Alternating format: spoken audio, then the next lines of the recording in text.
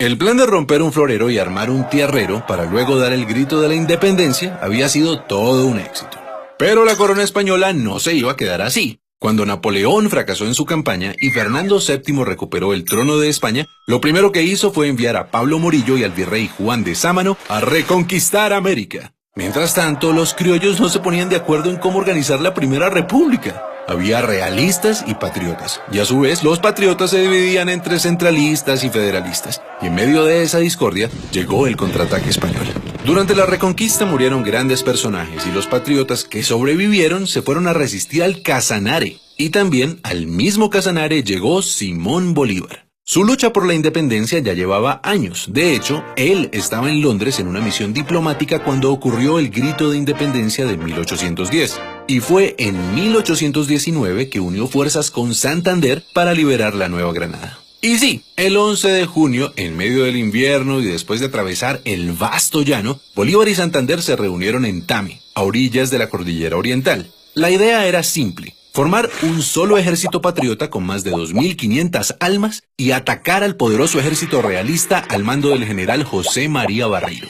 El plan era lo complicado. Había que llegar al centro del país sin ser vistos. Y para ello, la única opción era una odisea: escalar la Cordillera Oriental hasta el páramo de Pisba a 3.500 metros de altura. Eso sí, antes de emprender el ascenso había que tomarse un puesto de vigilancia en las Termópilas de Paya, la primera victoria. Por supuesto, ni el ejército ni los caballos estaban acostumbrados a escalar montañas y muchos murieron en los peñascos. Pero el heroico plan funcionó y el 5 de julio la vanguardia patriota alcanzó el poblado de Socha. Por suerte no había realistas por ahí. En cambio, la gente de Tunja vino a recibirlos con comida, mantas, ropas y cuanto pudieron ofrecerles. Y después de un merecido descanso comenzaron las batallas. El 11 de julio a la salida de Gámeza ocurrió el primer choque. Ambos ejércitos terminaron por replegarse, pero Barreiro notó la furia de los que antes llamaba andrajosos y empezó a defenderse de Bolívar, quien ganó la iniciativa a punta de astucia y conocimiento estratégico. Los patriotas avanzaron en Tasco, Beteitiva y Serinza. Cuando Barreiro vio que llegaban patriotas por el valle de Duitama, se sintió rodeado y el 17 de julio abandonó su cuartel en Tópaga para ir a pertrecharse en Paipa y tratar de prender alarmas en Santa Fe. La iniciativa estaba del lado de los patriotas, y en la madrugada del 25 de julio, un día después del cumpleaños de Bolívar, el ejército patriota decidió lanzar el siguiente ataque.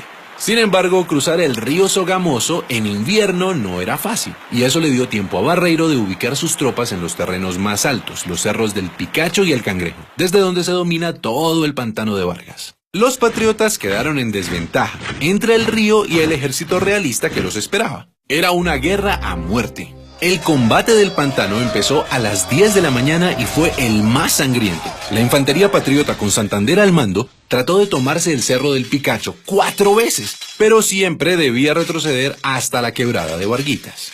Al ver a su enemigo debilitado, Barreiro clavó la bandera española en el cerro y gritó: ¡Viva España! ¡Viva el rey de España! Y se lanzó a toda carga contra los patriotas. Bolívar dijo: se nos vino la caballería encima y se nos perdió la batalla. En esas apareció el coronel Juan José Rondón, un intrépido llanero seguido de 14 jinetes, y le dijo a Bolívar: mi general, ¿cómo vamos a perder si nosotros no hemos peleado? Y pidió una última oportunidad de atacar.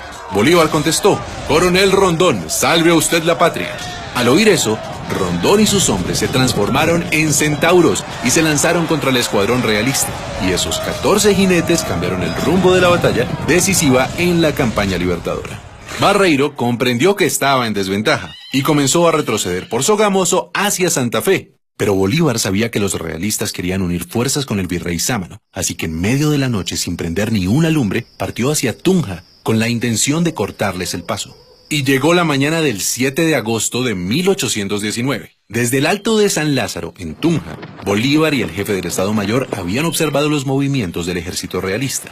Bolívar se adelantó hasta el puente de Boyacá. Gracias a eso logró ubicarse mejor y esta vez dividió en dos a los realistas, que habían dejado una brecha entre el grueso del ejército y la vanguardia. A las 2 de la tarde, el desprevenido jefe de la vanguardia realista pensó que era un buen momento para almorzar, cuando por su espalda vio llegar a los primeros jinetes patriotas. Al principio creyó que era solo un puñado y quiso perseguirlos, pero pronto quedó asombrado. Entre la niebla vio aparecer la tropa patriota en formación de combate. Durante la batalla, Bolívar se ubicó en lo alto, en la casa de teja, para controlar los movimientos desde ahí, A las 3 de la tarde la pelea era intensa, pero los patriotas estaban comunicados entre sí, mientras que los realistas seguían divididos. El general Santander hizo retroceder a la vanguardia realista hasta el otro lado del puente de Boyacá, donde los patriotas los esperaban. Y aunque el grueso del ejército de Barreiro atacó, otra vez Rondón y sus lanceros embistieron sin miedo, de frente y por el centro. La victoria fue rápida y contundente. Barreiro fue arrestado y el ejército realista se dio por vencido. Así, a las 4 de la tarde del 7 de agosto de 1819 terminó la batalla, y con ella una travesía que abrió las puertas a la independencia de todo un continente. Celebremos la batalla de Boyacá recordando a todos aquellos hombres y mujeres que lucharon por nuestra libertad.